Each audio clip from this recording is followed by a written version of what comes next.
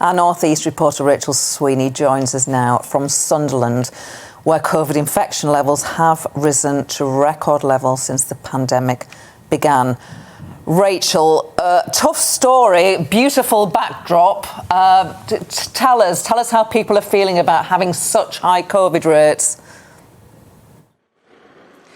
Well, the backdrop does look fairly carefree, as you can see, but there is a really serious situation there. As you just mentioned, the front page of the Northern Echo touched on it.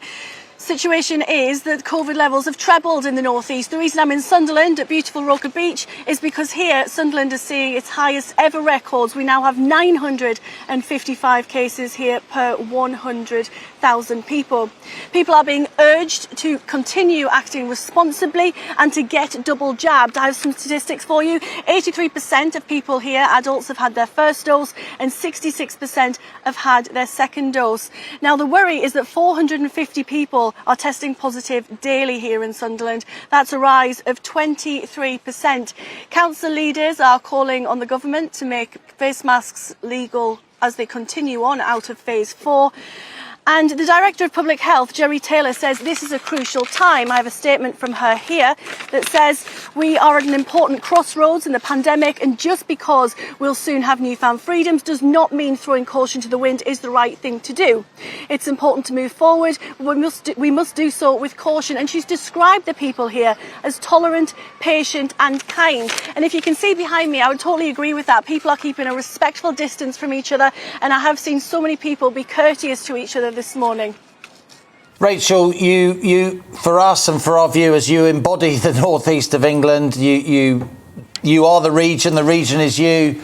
What's your feel for the public mood ahead of July the 19th? Do you think there's trepidation? Do you think there's celebration? Do you think there's hesitation? I'll be honest with you, Liam, I haven't got anything done today because so many people have stopped for a chat and nobody's been talking about COVID. People have been talking about the dolphins that were spotted out the front last week, and this new sign saying no chainsaws. We didn't know that was an issue in Sunderland, but according to the good people of Twitter, I'm assured that's because of driftwood. Also, a little girl came over and gave me a little pebble with a rainbow on. It was safe, so that was nice too. But you know what? The atmosphere here is very much like a normal day at Roker Beach. Beautiful Roker Beach. People are chatty.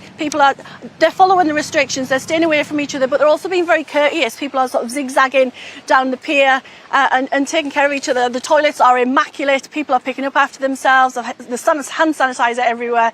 So I think they're doing as much as they can. I just wanted to touch on hospitalisations because this really is the worry. You know, we see COVID cases rising, but what does that mean in terms of hospitalisations? Well, the numbers are not as high as they previously were, but they are rising, and that's why the Director of Public Health is urging people to continue as they are doing. Wear your masks, wash your hands, keep a safe distance from people. There's been 64 hospital admissions between the 5th and the 11th of July. That's up by 89%. So it really is a concern here, and people are listening to what the Director of Public Health has said. Hopefully we'll see those numbers drop in the coming weeks. Really good for you to bring us up to date with COVID rates and hospitalisation rates up there. Did you mention a dolphin earlier, Rachel? She just threw it in there. Yes. Now, Duncan, who is our reporter for the South West, is going to think I'm making this up because he saw dolphins on his shoot yesterday and sent me a WhatsApp picture of them. But I swear, people here are telling me that they saw dolphins. Now, I know there can be jokers up here, so I don't know if they're telling me the truth or not. But I've just given it a little Google, and apparently a few people have been saying it. So I'm going to keep my eye out for the next hour, and I will let you know. But yeah, I'm not sure if they're winding me up or not, to be honest. Oh, I tell you what else I wanted to talk to you about.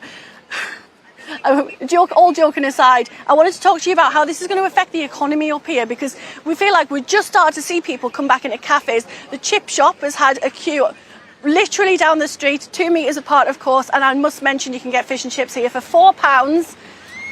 Bargain. But you know, people are having to isolate because, you know, you're talking about people getting pinged. It's just ping, ping, left, right, and centre, isn't it? And people are having to stay at home.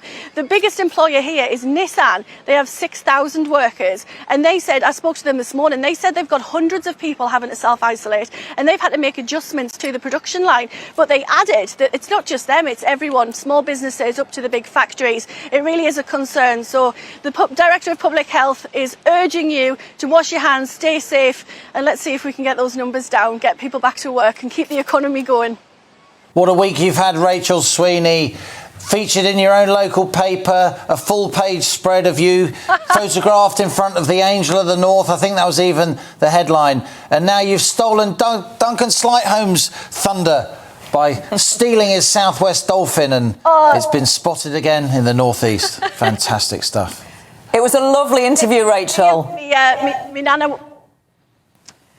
Thank you. Me nana was over the moon. I was in the paper. I'm on TV every day. She not bother about that. And she only bought 58 copies. Rachel Sweeney there, our Northeast reporter for GB News. Thanks so much for that.